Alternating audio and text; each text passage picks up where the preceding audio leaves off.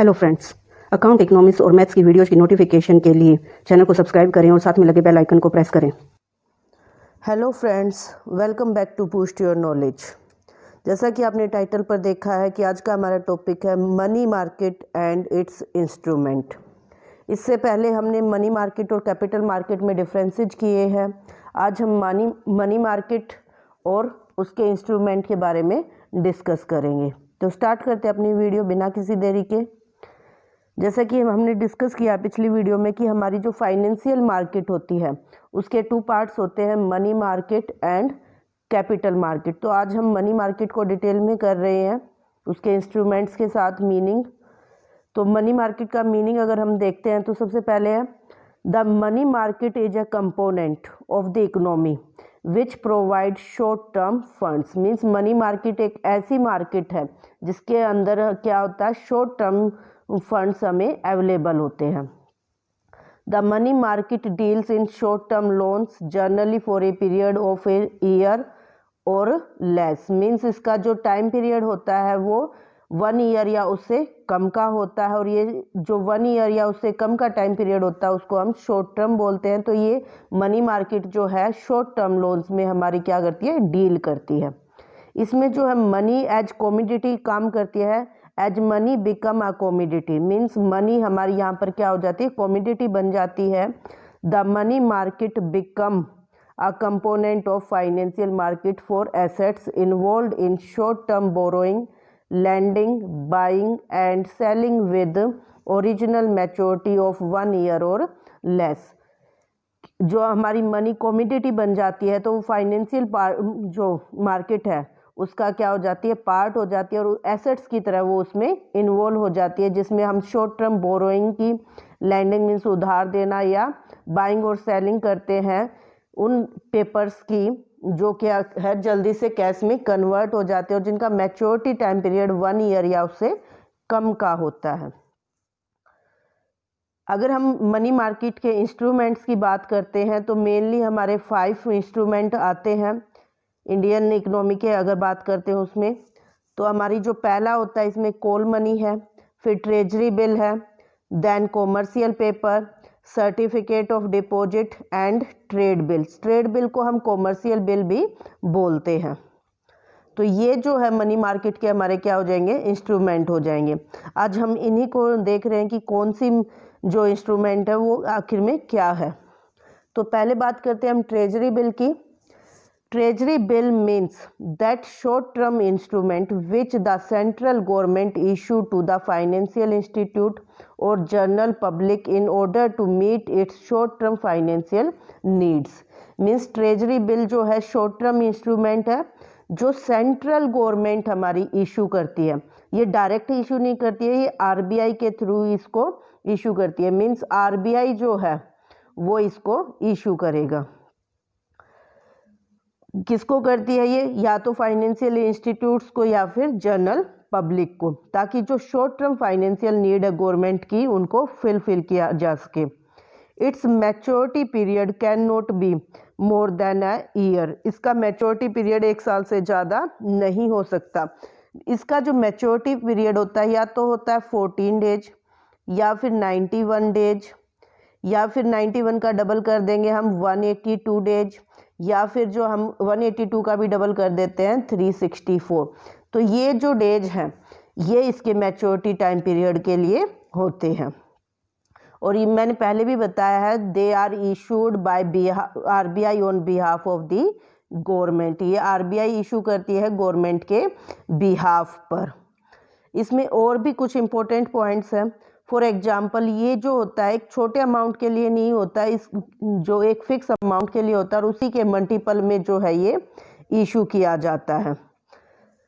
Like ये जो treasury bill होता है वो 25,000 का होता है, और अगर ये किसी को ये परचेज करना है तो 25,000 के मल्टीपल्स में ही ये परचेज कर सकता है, या गवर्नमेंट जब सेल करती है तो ये 25,000 के मल्टीपल में ही सेल किया जाता है। लाइक 25,000, उसके बाद इसको 2 से मल्टीप्लाई करेंगे तो 50,000 आएगा हमारा, 1 लाख आएगा या 75,000 आएगा। इस तरह से जो 25,000 के मल्टीपल होंगे ये उसी पर इशू किया जाता है। इसको हम जीरो कूपन बॉन्ड भी बोलते हैं। जीरो कूपन बॉन्ड का मतलब है कि इसमें जो है fix rate of interest fix नहीं होता और साथ में रेट ऑफ इंटरेस्ट जो होता है वो इंटरेस्ट अलग से पे नहीं किया जाता है। एग्जाम्पल जैसे 25,000 का हमारा ट्रेजरी बिल है, गवर्नमेंट इसको डिस्काउंट पर इशू करती है। इसकी जो फेस वैल्यू होगी वो 25,000 होगी और इशू वैल्यू जो होगी वो इससे कम, जैसे 24,000 या फिर 23,000 जो होगा इसकी इशू वैल्यू होगी। तो ये जो 1,000 या 2,000 का डिफरेंस आए ये इसका डिस्काउंट हो जाएगा, जो एज इंटरेस्ट पहले ही क्या कर लिया जाता है, ले लिया जाता है। इसकी जो इशू तो ये कम पर होते हैं लेकिन फेस वैल्यू पर इनकी पेमेंट होती है। तो इस तरह से जो होते हैं हमारे ट्रेजरी बिल होते हैं। नेक्स्ट बात करते हैं हम कॉमर्शियल पेपर की। Commercial papers are those unsecured promissory notes which are issued by well-reputed companies to meet the demand of short-term, seasonal and working capital needs.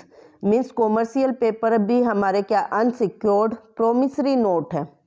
Means ये भी एक तरह के क्या है, पेपर पर इशू किए जाते हैं, लेकिन इनको कौन इशू करता है? ट्रेजरी बिल तो हमारी गवर्नमेंट इशू कर रही थी थ्रू आरबीआई, लेकिन इनको जो है जो वेल रेपुटेटेड कंपनीज होती है वो अपनी शॉर्ट टर्म की डिमांड्स को मीट करने के लिए इशू करती है। लाइक अगर कंपनी को जो है वर्किंग कैपिटल के लिए रिक्वायरमेंट है मनी की, तब इसको इशू कर सकती है। या कंपनी जो है कोई बड़ा इन्वेस्टमेंट कर रही है तो उस पर होने वाले खर्चों के लिए जो कि शॉर्ट टाइम पीरियड में रिकवर हो जाएंगे, उसके लिए जो है इशू कर सकती है इनको। इनकी जो मिनिमम फेस वैल्यू होती है वो होती है 5 लाख की। याद रखना है कि इनकी मिनिमम फेस वैल्यू हमारी कितनी होती है, 5 लाख रुपीज होती है। और जो इनका टाइम पीरियड होता है वो 15 डेज टू 12 मंथ्स हो सकता है हमारा। मीन्स मिनिमम 15 डेज रहेगा और मैक्सिमम 1 ईयर या 12 मंथ्स कह सकते हैं हम। अब नेक्स्ट हम जब बात करते हैं कॉल मनी, और जिसको हम कॉल लोन्स भी बोलते हैं, तो कॉल मनी या जो कॉल लोन्स है इसमें मेनली हमारे जो है बैंक इन्वॉल्व होते हैं। मीनिंग देखते हैं। Call money means that loan document the payment for which can be made at a short notice either by the borrower और the lender. Means call money एक ऐसा लोन डॉक्यूमेंट है जिसकी payment क्या होती है, काफ़ी शॉर्ट नोटिस पे की जा सकती है। वो शॉर्ट नोटिस बोरोवर भी दे सकता है और लेंडर्स भी, मीन्स जिसने लोन लिया है या जिसने लोन दिया है, दोनों इस शॉर्ट नोटिस पे इस कॉल मनी को वापस से मंगा सकते हैं। इसका मैच्योरिटी टाइम पीरियड जो होता है वो होता है बिटवीन 1 and 15 डेज। इनका मैच्योरिटी टाइम पीरियड काफ़ी कम होता है तो इनको हम क्या मान लेते हैं, इक्वल टू कैश भी मान लेते हैं। एक्चुअली कॉल मनी जो है हमारे वो सीआरआर को मेंटेन करने के लिए बैंक्स जो होते हैं वो उनके बीच में होने वाला लोन डॉक्यूमेंट होता है। क्योंकि सीआरआर हमारा होता है कि वो अमाउंट जो बैंकों को मिनिमम बैलेंस रखना होता है विद आरबीआई, ताकि जो मेंटेनेंस है वो अच्छे से चल सके। और सीआरआर कम ज़्यादा होता रहता है तो उसको मेंटेन करने के लिए अगर किसी के बैंक के पास जो है अमाउंट कम रह जाता तो वो अपने दूसरे बैंक से जो है क्या कर लेता है, अमाउंट लोन के रूप में ले लेता है। इसका जो इंटरेस्ट रेट होता है वो पर डे भी होता है, डे टू डे अलग हो जाता है, कई बार तो ये आवर टू आवर भी क्या होता है, अलग होता है। इसमें जो होते हैं मेनली हमारी जो लोन की अमाउंट होती है वो मिनिमम 10 करोड़ होती है और ये जनरली देखा जाता है कि ये 100 करोड़ का डील हमेशा पाई जाती है। इसमें जो एक बैंक होता है दूसरे बैंक को टेलीफोन पर ही ट्रांजैक्शन कर देता है, बाद में इसके डॉक्यूमेंट्स जो होते हैं वो इशू किए जाते हैं, मतलब जो भी पेपर फॉर्मेलिटी है वो लोन के बाद की जाती हैं। इसमें जो लेंडर होता है वो आरबीआई का एक चेक, बैंकों के पास आरबीआई वाले चेक होते हैं। हम जैसे हमने अगर किसी भी बैंक में अकाउंट खोला तो हमारे पास उस बैंक के अकाउंट के चेक होते हैं, लेकिन बैंकों के पास आरबीआई के चेक होते हैं और उस आरबीआई के चेक को इशू करके वो क्या करते हैं, एक दूसरे को लोन प्रोवाइड करते हैं। और इसकी एक खास बात ये है कि इसमें बोरोवर और लैंडर मीन्स लोन लेने वाला और देने वाला कोई भी नोटिस देकर जो पेमेंट या मैच्योरिटी करा सकता है कॉल मनी की। नेक्स्ट हम बात करते हैं certificate of deposit. Certificate of deposit is a negotiable instrument. Negotiable instrument का मीनिंग होता है कि जो क्या किया जा सके, एक से दूसरे पर ट्रांसफर किया जा सके। Which can be transferred after a certain period by an endorsement. Endorsement मतलब कि जैसे ए ने जो है बी को सर्टिफिकेट ऑफ डिपॉजिट दिया है और बी जो है उसको सी को दे दे तो वो एंडोजमेंट होता है।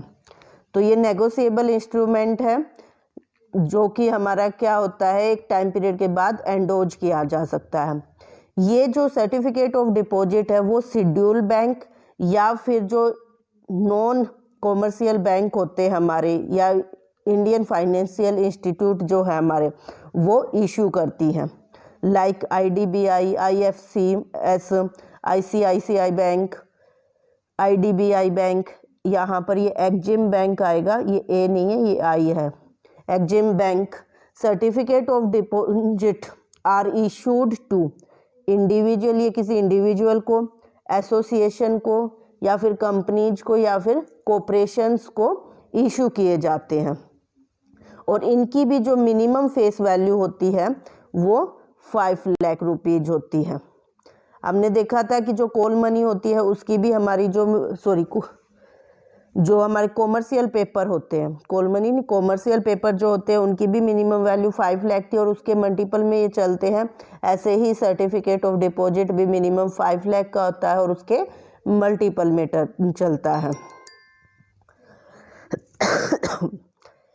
और एक इन्वेस्टर को जो है अगर इसमें डिपॉजिट सर्टिफिकेट ऑफ डिपॉजिट में इन्वेस्ट करना है तो उसका जो मिनिमम अमाउंट होगा वो 25 लाख होगा। मतलब उसको मिनिमम 5 सर्टिफिकेट ऑफ डिपॉजिट जरूर परचेज करने होंगे। नेक्स्ट बात करते हैं हम कॉमर्शियल बिल और ट्रेड बिल। ये जो होते हैं हमारे नेगोशिएबल इंस्ट्रूमेंट होते हैं विच कैन बी इजीली ट्रांसफर, जो इजीली ट्रांसफ़र किए जा सकते हैं। ये कंपनियों में इस्तेमाल होते हैं, आपस में जो डील की जाती है, जो क्रेडिट पर सेल परचेज होती है उसके लिए जो बिल बनाए जाते हैं, जिनको हम बिल ऑफ एक्सचेंज के नाम से भी जानते हैं, बिल ऑफ एक्सचेंज। या फिर बिल ऑफ एक्सचेंज को 2 तरह के नाम से जानते हैं, एक होता है हमारा बिल्स रिसीवेबल और दूसरा होता है हमारा बिल्स पेबल। तो वही हमारे क्या होते हैं, कॉमर्शियल बिल या फिर ट्रेड बिल्स होते हैं। और इनको क्या है, इजीली ट्रांसफ़र किया जा सकता है। It is used to finance the credit sales. ये मैंने आपको बताया कि ये क्या होते हैं, क्रेडिट सेल्स परचेज के लिए इस्तेमाल होते हैं। इसको जो बनाने वाला होता है उसको ड्रोवर कहते हैं और कौन बनाता है, सेलर बनाता है। The seller drawer draw the bills and the buyer means जो इसको एक्सेप्ट करता है उसको हम क्या कहते हैं, ड्रोवी कहते हैं। तो बायर इसको एक्सेप्ट करता है। इसमें जो होगा, ये जो अमाउंट होता है ये कितना भी अमाउंट हो सकता है, ये कि कोई फिक्स नहीं होता, जितने की क्रेडिट सेल परचेज की गई है उसी के अकॉर्डिंग इसका अमाउंट होता है। और इसके जो मीन्स इसका जो इशू पीरियड होता है वो अप्रोक्स 90 डेज होता है। मोस्टली कम ज़्यादा भी हो सकता है लेकिन मोस्ट ऑफ द टाइम ये हमारा क्या रहता है, 90 डेज रहता है। और इनको हम bill of exchange, commercial bill या ट्रेड बिल, बिल रिसीवेबल या बिल पेबल के नाम से भी जानते हैं। फॉर एग्जांपल अगर हम जैसे बात करते हैं कि ए ने बी को सेल किया है क्रेडिट पर, 3000 का अमाउंट है, ए ने बी को सेल किया तो ए हमारा सेलर हो गया, बी हमारा बायर हो गया। तो ए जो है बिल लिखेगा और बी उसको एक्सेप्ट करेगा। अमाउंट कोई भी हो सकता है, 3000, 5000, 30,000, लाख में, करोड़ में। अब अगर मान लो ये जो बिल रखेगा वो कौन रखेगा, ए रखेगा अपने पास बी के साइन होने के बाद। और इसका टाइम पीरियड मान लो 3 मंथ्स का रखा गया है। लेकिन ए को ज़रूरत पड़ गई है कैश की पहले ही, तो ये जो है इसको बैंक में जाके, अपने बैंक में जाके इस बिल को दे के मैच्योरिटी टाइम पीरियड से पहले भी इस पर क्या कर सकता है, कैश में इसको चेंज कर सकता है। या फिर ए ने किसी और से पर्सन से परचेज किया सी से सेम अमाउंट का क्रेडिट पर, तो उसको भी ये क्या दे सकता है, या ज़्यादा अमाउंट का किया है तो कुछ पेमेंट कैश करके और कुछ के लिए ये बिल रिसीवेबल में या 2 बिल देकर भी क्या कर सकता है, उसके ये सेटलमेंट कर सकता है। इस तरह से ये क्या किया जा सकता है, एंडोज भी किया जा सकते हैं और बैंक से मैच्योरिटी टाइम पीरियड से पहले डिस्काउंटेड भी कराए जा सकते हैं। तो आज का टॉपिक हमारा इतना ही था। आई होप आपको सभी टॉपिक्स, सारे जो इंस्ट्रूमेंट्स है वो अच्छे से समझ आए होंगे। अगर आपको वीडियो अच्छी लगी है तो इसे लाइक शेयर ज़रूर कीजिए, और अगर आप मेरे चैनल पर नए हैं तो चैनल को सब्सक्राइब कर लीजिए और साथ में लगे हुए बेल आइकन को प्रेस कर लीजिए ताकि आपको आने वाली सभी वीडियोज़ के नोटिफिकेशन मिल सके। Thank you.